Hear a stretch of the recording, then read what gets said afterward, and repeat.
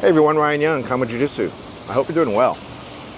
I wanted to cover something that I saw on someone's Facebook page maybe a week or two ago, and it had to do with Gracie University. Now, many of you probably noticed that I don't like to talk about other academies or jiu-jitsu businesses on our channel because I'm trying to go over concepts to make everybody better, and a particular organization with regard to me has nothing to do with that. People can do what I talk about everywhere at any academy. It doesn't matter whether it's a good academy, a bad academy, and this is to you. I don't know what a good or bad academy is to everyone. I just know what I like and what I don't like, as I hope you do because you watch our videos, so you know what to look for, what you want to look for.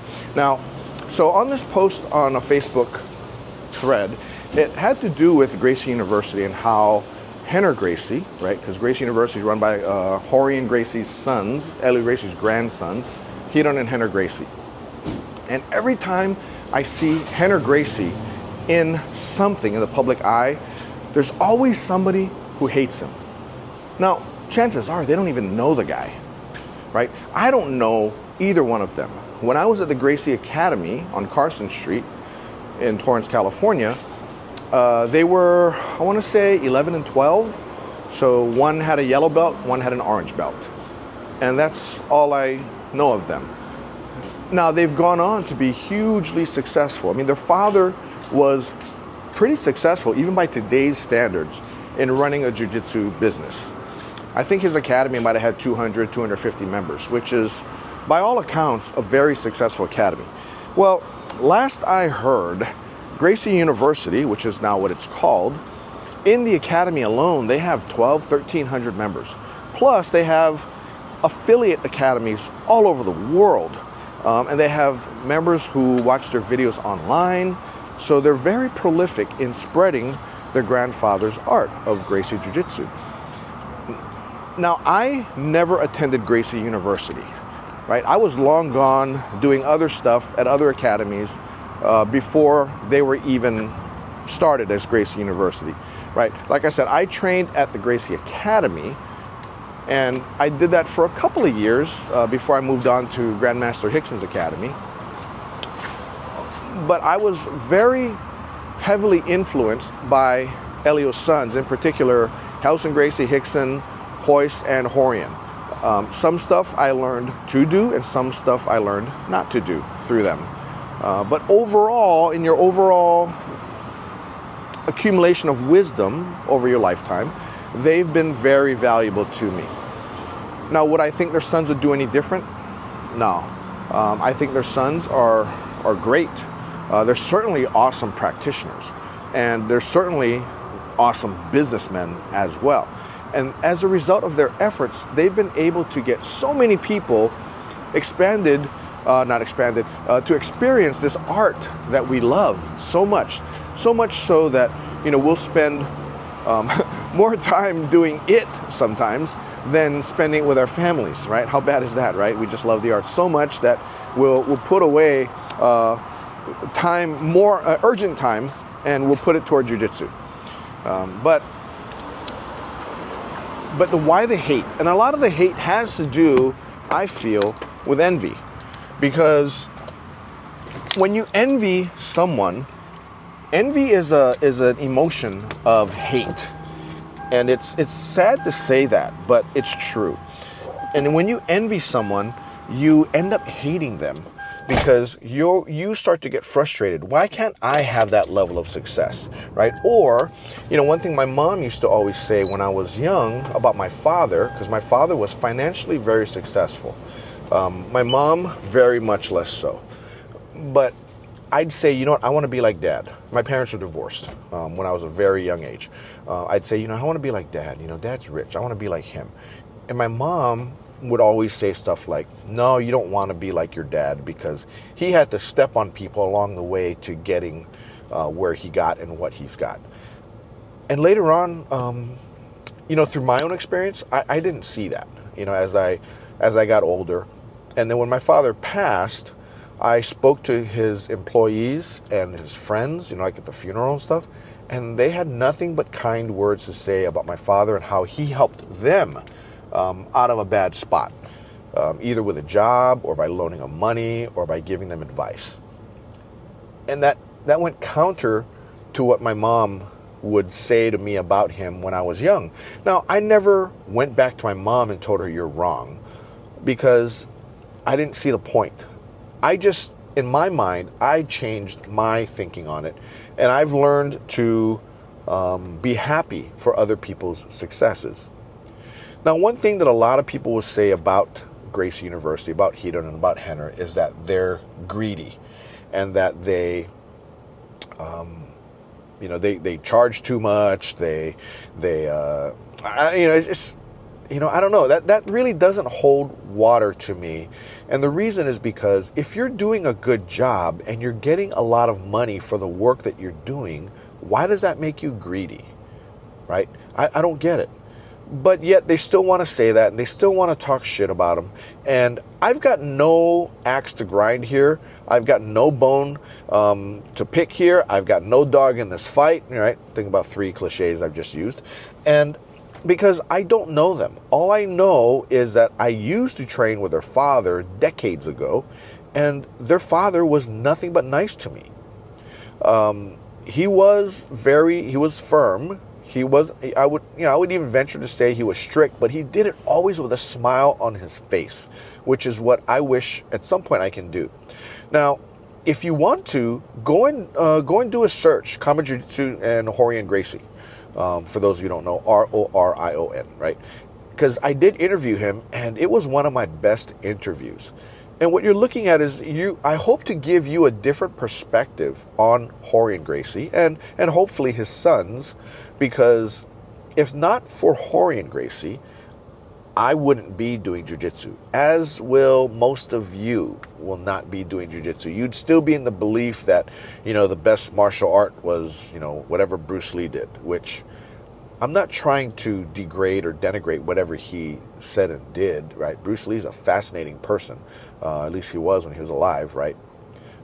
But I heard a rumor, and maybe somebody can confirm it or, tell me it was false, but the reason why Bruce Lee decided to add a little bit of grappling into his Jeet Kune Do was because he got taken down by Judo Gene LaBelle, got put into a case of gatame, and then to mess with him, Judo Gene started doing donuts on Bruce Lee's head.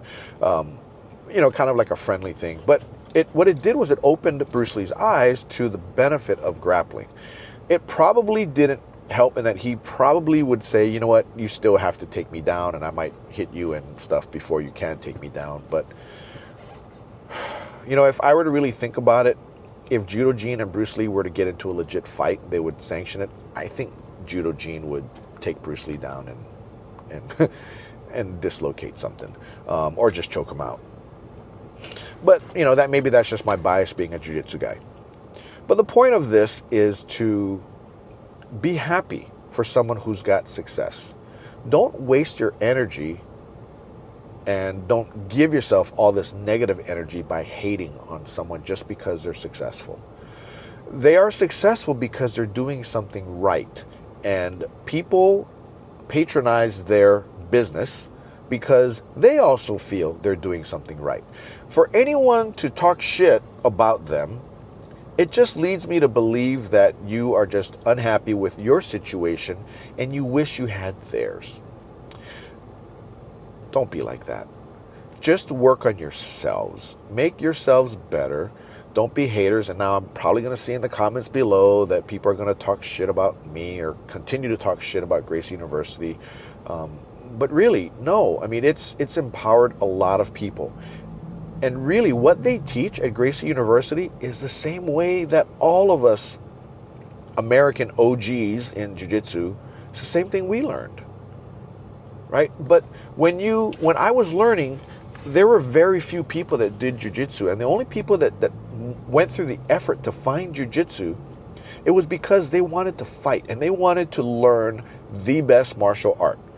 They didn't do this to make themselves better people. They didn't do it for exercise. We didn't do it for, I don't know, to be more confident. We did it because we wanted to fight, and we wanted the best system to fight with. And that's what Gracie Jiu-Jitsu is. Now, people say, no, MMA is better and all that. Well, remember that, or maybe you don't, but there was a series of fights that happened. I think there were 3. And it was a sanctioned event in Brazil. And it was, I guess Valij was in it. Valij Ismail, yeah, from Carson Gracie.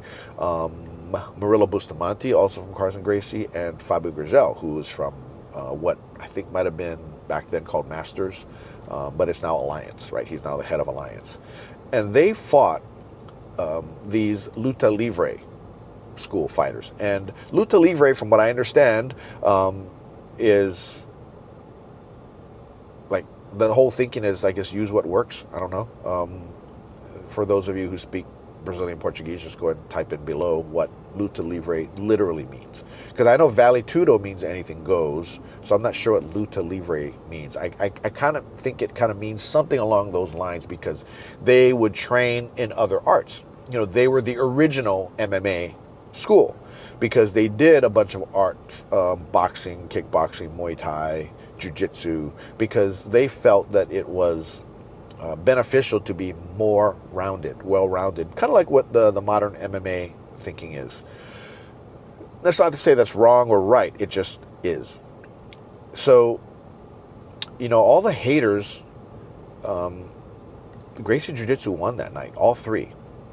And I think Rickson even, you know, Helson told me when we were having drinks one Friday night, he told me that Rickson had even said that if any one of the 3 loses, he will fight all 3 in one night, which never happened because Valij, Murilo Bustamante, and Fabio Gurgel, they all won their fights decisively. And this was against, you know, a group of guys that were the predecessor to MMA. And they were all good fighters. You know, those old guys, right, if you kind of could transport them to this year, at the same age, they would probably mess up a lot of today's MMA fighters.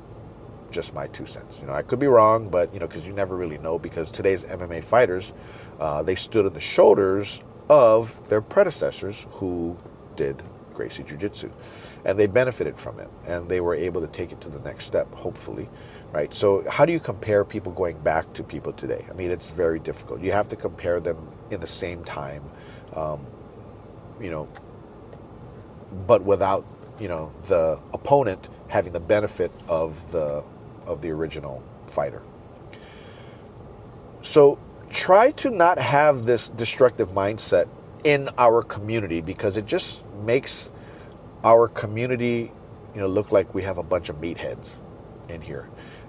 And in fact, you know, I gotta say, a lot of jiu-jitsu practitioners are very educated, and from what I've seen, you know, they run the gamut economically, you know, from people who have, you know, a hard time making ends meet to people who make millions of dollars a year. You know, we all enjoy the art, and it would be much better for the art if we just, you know, if you don't want to support someone or an organization, don't support them, but there's no need to talk shit about them. Just like you wouldn't want somebody talking shit about you.